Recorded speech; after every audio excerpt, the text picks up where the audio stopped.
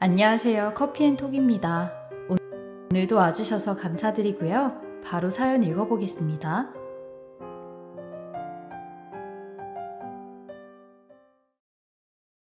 안녕하세요. 저는 30대 후반 여자입니다. 얼마 전에 제 부모님과도 다름없던 이모를 보내고 헛헛한 마음을 달랠 길이 없더라고요. 술도 마셔보고 잊어보려고 할 수 있는 일은 다 해본 것 같은데 저에겐 세상이 사라진 것과 마찬가지였죠. 그런 지 한 달이 넘도록 이모 이름만 나와도 눈물이 흐르는 게 멈추지 않네요. 저는 어릴 적에 친부모님이 비 때문에 절 할머니 집부터 여기저기 보내면서 자라다 보니 항상 여행을 떠나야 하는 사람처럼 내일 당장이라도 떠날 준비를 하면서 컸어요. 갑자기 새벽에 이불로 몸을 칭칭 싸고 짐짝처럼 어디론가 옮겨지기도 했고, 중학교 때는 전학을 너무 많이 다녀 친한 친구랄 것도 없이 컸죠.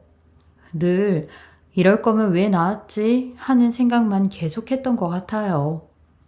그러다 이모가 저를 맡아서 키우겠다고 했고, 아이 없이 혼자 불어 교수로 지내던 이모는 정말 안정적으로 저를 보살펴줬습니다. 제가 어릴 적에 이모에게 가장 많이 한 질문이 이모는 언제 갈 거야? 이모는 안 가는데 아무데도. 거짓말. 진짜라니까. 이모는 너랑 계속 살 거야, 죽을 때까지. 이모, 어디 가면 가기 전에 꼭 말해줘. 알았어. 근데 왜? 야, 안녕하고 싶은데 안녕을 못했어. 할머니랑도 안녕하고 와야 하는데 갑자기 누가 보내서 인사 못했어. 할머니가 나 기다릴까봐 걱정돼. 할머니가 이모하고 잘 사는 거 알고 있어. 걱정하지 마.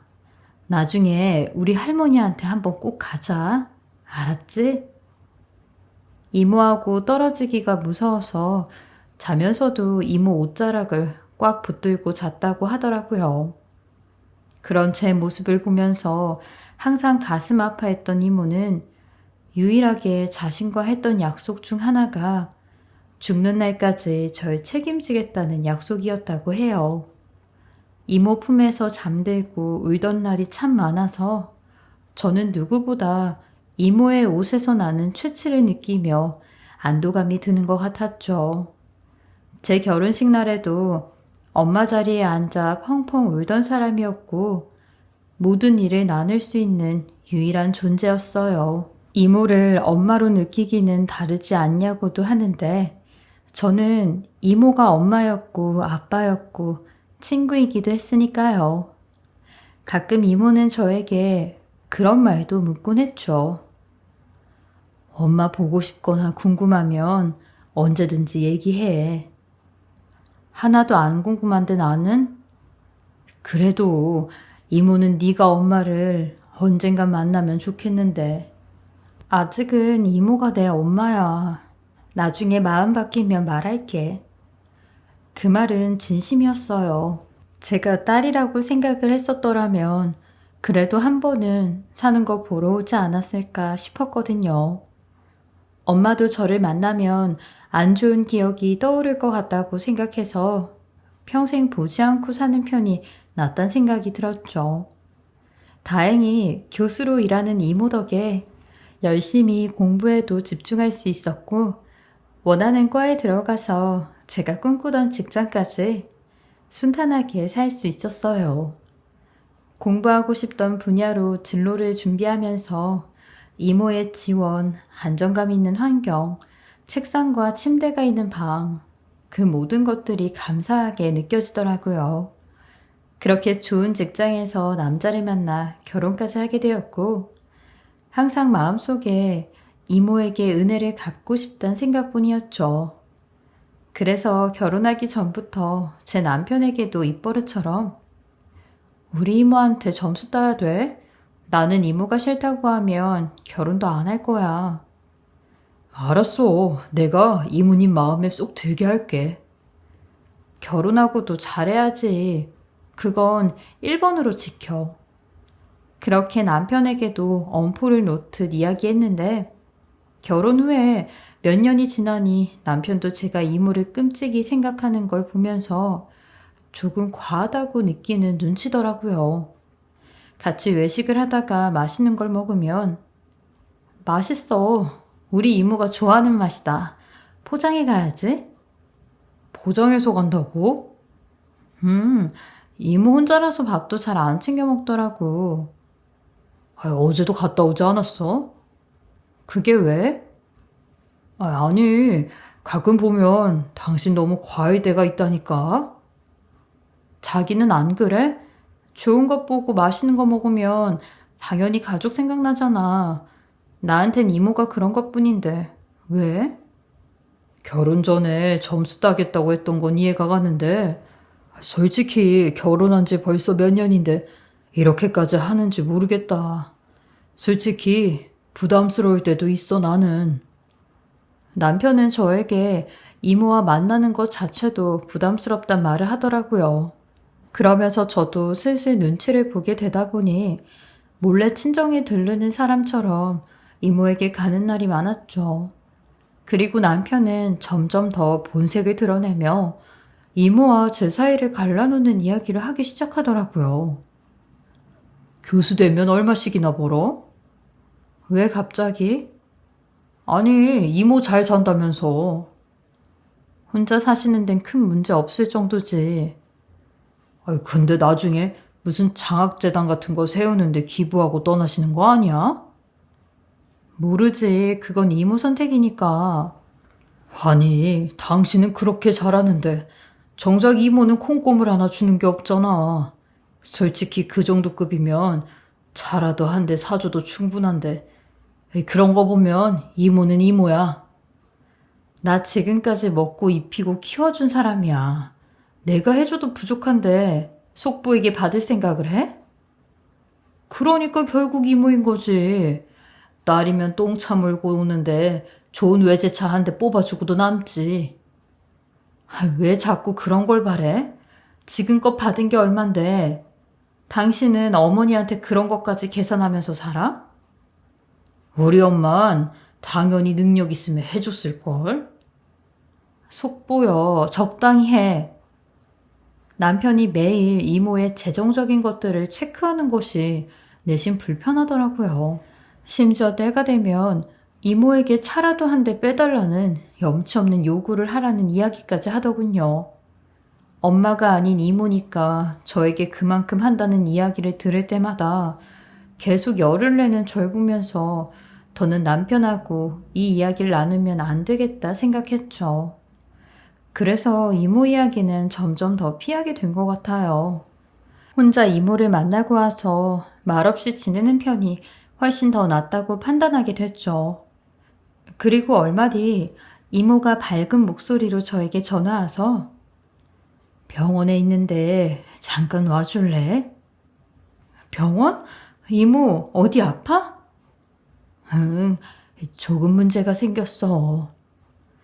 애써 밝은 목소리로 전화 왔을 때부터 이상하다는 걸 직감으로 느꼈는데 이모는 힘든 일이 있을 때 더 강하게 나오는 사람이라 불안하더라고요. 아니나 다를까 이모를 찾은 병원에서 들은 내용은 위암이라는 판정이었고 제 손을 잡고 있는 이모를 보자마자 알아차릴 수 있었죠. 얼마 남지 않았구나 하고요. 말없이 눈물을 뚝뚝 흘리고 있는데 이모는 모든 것을 다 알고 있었던 사람처럼 저를 다독였어요. 괜찮아. 이모, 시간 얼마 안 남았어. 우리 행복하게 보내자. 내가 너무 좋아해서 그래. 그게 무슨 소리야? 내가 좋아하는 사람들은 다 떠나니까. 가슴에 무언가 걸린 것처럼 갑갑해져서 주먹으로 가슴을 치면서 계속 울었어요. 이모는 어릴 때처럼 저를 가만히 안아주더니 괜찮아, 괜찮아. 이모, 너무하지 않아? 왜 이모까지 뺏어가? 하필 지금. 나 이제 이모한테 겨우 갚을 수 있게 된 것 같은데 아무것도 못했단 말이야, 아직. 이모는 슬퍼할 시간도 지금 없어. 내가 너무 미안해. 이모한테 받기만 하고. 1분 1초가 너무 아까워. 우리 추억 많이 쌓고 지내자. 난 공부도 충분히 했고, 너도 결혼시키고, 내 할 일은 다 하고 간 것 같아. 이만하면 잘했지? 저는 이모가 치료에 집중할 수 있도록 곁에 있어주기로 마음을 먹었죠. 그리고 잠시 병원에 자주 오가며 지내겠다는 제 이야기에 남편은 이미 말기라면서 그럼 뭐 할 일도 없겠네. 그래도 손 놓고 있을 순 없잖아. 나밖에 없는데. 아, 왜 당신밖에 없어? 제자들도 많고 그런데. 그나저나 이모 자식은 따로 없으니까 당신한테 다 주고 가는 건가? 아, 그건 한번 물어보지. 아니다. 다 당신한테 주고 가긴 하겠네. 뭐라고? 지금 아픈 사람 앞에 두고 계산하는 거야? 아니, 현실적인 부분이니까 생각할 수밖에 없지. 100만금을 줘도 나는 이모하고는 안 바꿔. 그깟 돈 나는 필요 없다고. 우리 이모만 살아있으면 돼. 내 앞에서 그런 말 다시는 꺼내지 마. 듣기 싫어. 알았어. 병원에서도 그냥 시간 잘 보내라고 했다며. 그럼 그런 건 미리미리 잘 마무리 지어놔야 되는 거야. 약간은 이성적일 필요도 있단 뜻이야. 나한텐 이모가 엄마라고 했지? 시어머니가 아파도 당신 이렇게 할 거야? 왜 재수없는 소리를 해? 뭐? 그래서 가방까지 다 싼 거야? 당분간 병원에서 지낼 거야. 그렇게 알아. 당신이 뭘 할 줄 안다고 가? 그럼 아무것도 못하니까 손 놓고 있을까? 아니, 이렇게 짐까지 싸서 갈 일은 아니라니까. 전문으로 하는 사람 써서 보내는 게 낫지. 자기가 이렇게 집착을 하니까 주변 사람들이 다 힘든 거야. 무슨 집착이야. 아픈 이모한테 가는 게. 그럼 나는 당신 안중에도 없잖아. 아, 갈 때 가더라도 난 어떻게 먹고 자는지 걱정해야 하는 거 아니야? 바로 상의도 없이 짐 싸는 거 보니까 알겠다. 당신도 이모만큼이나 나한테 소중하지만 건강하잖아. 지금 그래서 무슨 일이라도 있어? 그놈의 이모. 그런 데서 당신이 빈틈 있게 자란 티가 나는 거야. 내가 엄마 타령 그렇게 한 거 들어본 적 있어? 아, 이미 말기라면서. 그럼 그냥 마음 준비 차분하게 하는 게 낫지. 어쩔 수 없잖아. 당신 가족은 없어? 아, 나는 투명인간이냐고. 남편의 태도를 보니 마치 자기 밥 걱정 해결해주는 사람, 없어져서 어찌할 줄 모르는 사람처럼 굴더라고요.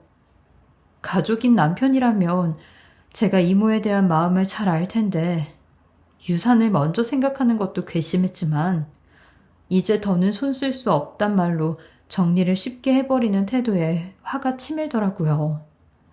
그리고 저는 그날로 병원에 가서 이모와 시간을 보내는데 집중했어요. 그런데 갑자기 시어머니가 연락이 와서 너 지금 제정신이냐? 어머니 갑자기 왜 그러세요? 우리 애가 지금 삐쩍 말라가는데 집 내팽개치고 어딜 가서 지금 있다는 거야? 어머니 이야기 들으셨을지 모르겠는데 지금 이모가 많이 아파서요. 제가 병원에 조금 있어야 하는 상황이에요. 하이 참, 그 사람은 주변에 아무도 없다니? 네?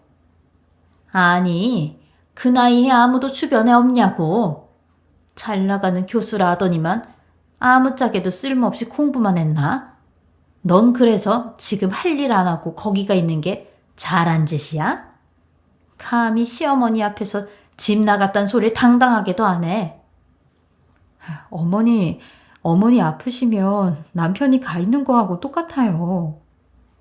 아이고, 그러셔? 그 사람이 네 엄마라도 돼? 어머니, 한번 와보고서 이야기하세요. 건방지게 어딜 오라가라 해?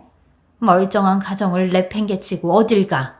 우리 아들 얼굴이 지금 반쪽이라니까? 적당히 정리하고 집으로 빨리 들어가. 내가 쫓아가서 머리채라도 잡고 데려와야겠어? 좋은 말로 할 때 가. 어머니, 이모가 저한테 어떤 분인지 아시잖아요. 죽고 난 후에 유산은 다 준다니? 더는 무슨 이야기 할 힘이 나지 않아 그대로 전화를 끊었습니다. 한번 찾아와서 이모 얼굴을 볼 법도 한데 이모 유산, 자기 밥 걱정 때문에 이 난리인 인간들을 보니 사람이 다르게 보이더라고요. 그래도 이모가 남편 마음도 이해를 시켜주더라고요. 남자는 원래 그렇잖아. 자기가 두 번째로 밀려난 느낌에 서운할 수도 있어. 그러니까 말이라도 따뜻하게 해줘. 너무 당당하게 그러지 말고. 아무 상의도 없이 그러니 화가 날 법도 하지. 그래? 이모는 어떻게 다 이렇게 이해를 잘해? 주말에 나 잠깐 학교 가봐야 하니까 너도 잠깐 갔다 와. 이 몸으로 학교에 간다고? 이것이 벌써 송장 취급을 하네. 이모 아직 살만해. 정리할 것도 많은데 그래도 마무리는 해놓고 와야지. 그래, 그럼 나도 어머니 댁 들려서 반찬 갖고 가야겠다. 가서 마음도 풀어드리고 그래. 알았어. 잘해볼게. 틈을 타 시어머니가 갖고 가라는 반찬을 들고 집으로 갈 생각이었죠. 시어머니는 근처에 있다면서 먼저 집으로 가 있으라고 하더라고요. 아무도 없는 빈집에 들어섰는데 오래전부터 어머니가 키우던 앵무새가 사람하고 똑같은 목소리를 내며 혼자 이야기를 하고 있더라고요. 그 앵무새를 보면 왠지 대화를 걸고 싶어 제가 먼저 잘 지냈냐고 앵무새한테 물으니 제 이야기를 듣곤 곧장 똑같이 따라하더라고요. 혼잣말로 신기하네 하고 소파에 앉아서 시어머니를 기다리고 있는데 갑자기 앵무새가 큰 소리로 소리를 치듯 말을 하기 시작하는 겁니다. 근데 그 내용이 얼마나 소름이 돋던지 유산이 얼마야, 유산이 얼마야. 그냥 없애버리자, 그냥 없애버리자 라는 말을 하는데 저도 모르게 비명을 지르고 말았어요. 저는 그 앵무새 쪽으로 가서 무슨 말을 하는 거냐고 다시 말해보라고 하니 여전히 똑같은 말로 유산이 얼마야, 그냥 없애버리자 라는 말을 계속 반복하는데 저는 유산이라는 말이 아무래도 찜찜하게 느껴졌어요. 그 이야기를 남편과 어머니가 얼마 전 계속 저에게 물었던 말이기 때문에 단순히 그냥 넘기기가 힘들었죠. 그래서 전 앵무새를 빤히 쳐다봤는데 앵무새 또한 저를 응시하며 그냥 없애버리자. 걔 없앤다고 티도 안 나. 라고 하더군요. 앵무새의 그 또렷한 음성에 저도 모르게 시모와 남편이 제 뒤에서 몹쓸 짓을 계획하고 있는 것 같았어요. 이러다간 소리 소문 없이 제가 없어질 것 같은 기분이 들었거든요. 갑자기 정신병원 차에 실려가 억울하게 갇히게 될 수도 있고 어디 섬에 팔 수도 있겠다는 생각까지 들더라고요. 게다가 곧 이모가 세상을 떠나시면 정말로 저 혼자 혈혈단신으로 남을 텐데 이 인간들이 더 무섭게 돌변할 수도 있겠다는 판단이 들었어요. 언젠가부터 남편과 대화를 해도 빈 껍데기와 대화를 하는 것 같았거든요. 근데 이제와 생각하니 남편이 제 돈을 노리고 버티고 있다는 생각이 들더군요. 찢어질 듯한 앵무새의 목소리가 마치 절 도망치라고 재촉하는 것처럼 들렸어요. 악을 쓰듯 소리를 치는 모습에서 저도 모르게 위험 신호를 감지해 곧바로 시어머니가 오기 전 다급히 보조 배터리를 연결해 제 핸드폰을 녹음기 삼아 냉장고 위에 은밀하게 두고 신발도 제대로 신지 않은 채 도망치듯 그 집을 빠져나왔어요. 그리고 곧바로 핸드폰은 분실 신고를 해서 다른 연락이 오지 않게 해두었죠. 아마 남편과 시모는 제가 이모하고 더 가까이 있을 거란 생각에 병원에 있을 줄 알았겠지만 사실 저는 이모를 병원에서 살피는 동시 남편과 시모의 행동을 대비해 만반의 밑작업을 준비하고 있었어요. 변호사도 만나보고 이모가 물려줄 어마어마한 상속에 대해서도 남편이 뺏어가지 못하게 알아보고 있었어요. 그리고 어느 날 제가 소리 소문 없이 사라질 걸 대비해 사설 경호원까지 의뢰를 해놓은 상태였어요. 갑자기 겪게 될 예상치 못한 일에 대한 대비였죠. 끔찍한 일을 겪지 않도록 그만큼 단단히 준비를 했어요. 그리고 몇 개월 뒤 이모는 돌아가시게 되었어요. 이모의 장례를 치르고 난 뒤 그제야 시모와 남편은 제게 가면을 벗고 나타났더군요. 그나저나 이모가 뭐 주고 가셨어? 당신은 가족이 세상을 떠났는데 그게 제일 궁금해? 왜 자꾸 거기에 관심을 보여? 난 아직도 이모가 살아있는 것 같다고. 장례 치르면 그런 마음이 쉽게 끝나는 줄 알아? 당신 눈엔 돈밖에 안 보이는구나. 사람을 뭘로 보고? 묻기만 해도 난리네. 뭔 말도 못해? 저는 눈물이 울컥나 안방으로 들어가 울고 있으니 남편이 또 울어? 미치겠다. 그만 좀 해라 진짜. 언제까지 그럴 거야? 산 사람은 살아야지. 애들도 집도 나 몰라라 언제까지 그럴 거야? 우리 엄마가 돌아가셔도 그럴 거야? 거기서 시어머니가 왜 나와? 위로는 못 해줄 망정. 당신은 내가 보기에 문제가 있는 것 같아. 그렇게 정신이 약해서 어떻게 살아가려고 그래? 아니 어디 여행이라도 가서 정신 좀 리프레시하고 와. 바다 같은데 말이야. 때마침 그 얘기가 나오니 정신적으로 몰아가 여행을 가자는 의도를 내비치는데 그게 빤히 읽히더군요. 상심이 너무 커서 그런지 나도 제정신이 아닌 것 같아. 그지? 당신 이 기회에 여행 가는 거 어때? 혼자서 가도 되고 속세를 다 잊고 훌훌 털어버리고 오는 것도 좋지. 당신이 보기에도 그래 보여? 사실은 내가 당신 예민해할까봐 말 못했는데 우울증 같은 증상이 보였어. 내가 진짜 심각하다고 느낄 때가 너무 많아. 그러니까 내가 잘 아는 조용한 곳 있는데 갔다 와. 그래? 당신이 느꼈다면 진짜 그런 걸 수도 있겠다. 그래, 그렇다니까. 가서 혼자 오랫동안 쉬다 와. 숙박비는 내가 다 내줄게. 당신이 빨리 안정을 찾아야지. 당신이 그렇게까지 배려해주면 생각해볼게. 저는 순순히 남편을 따르는 척하면서 시어머니와 나누는 두 사람의 이야기에 계속 귀를 쫑긋했습니다. 아마도 이 일을 계획했었다면 시어머니에게 곧장 알릴 것 같다는 생각이 들었거든요. 그리고 이 소식을 가장 반가워할 시어머니는 제가 여행에 간다고 하기 전날 저녁까지 준비를 했다고 하더군요. 저 또한 그동안 녹음된 핸드폰도 찾을 겸 시댁에 가게 되었어요. 그 핸드폰 안에 얼마나 어마무시한 이야기들이 녹음이 되었을지 손까지 바들바들 떨리더군요.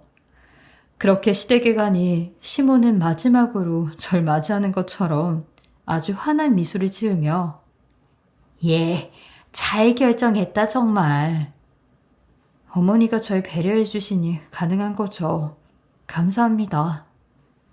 당연히 그래야지.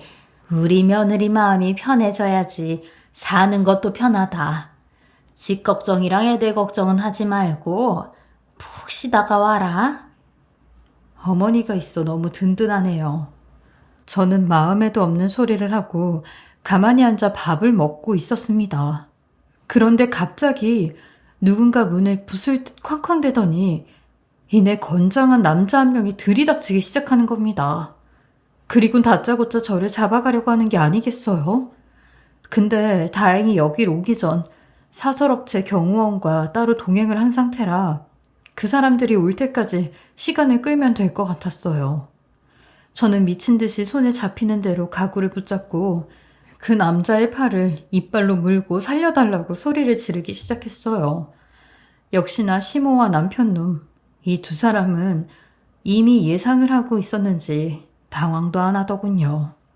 심지어 남편놈은 그 남자와 같이 힘을 보태 절 내쫓으려고 하는데 시모는 팔짱을 끼곤 불보듯 가만히 지켜만 보고 있었어요.